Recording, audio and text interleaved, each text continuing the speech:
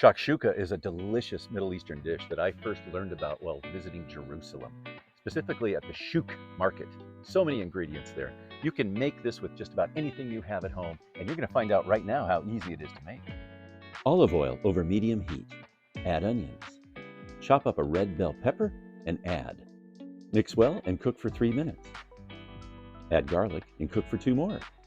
Add tomatoes, paprika, cumin, cayenne pepper, salt, and ground black pepper. Stir and cook for 5 minutes. Stir in olives.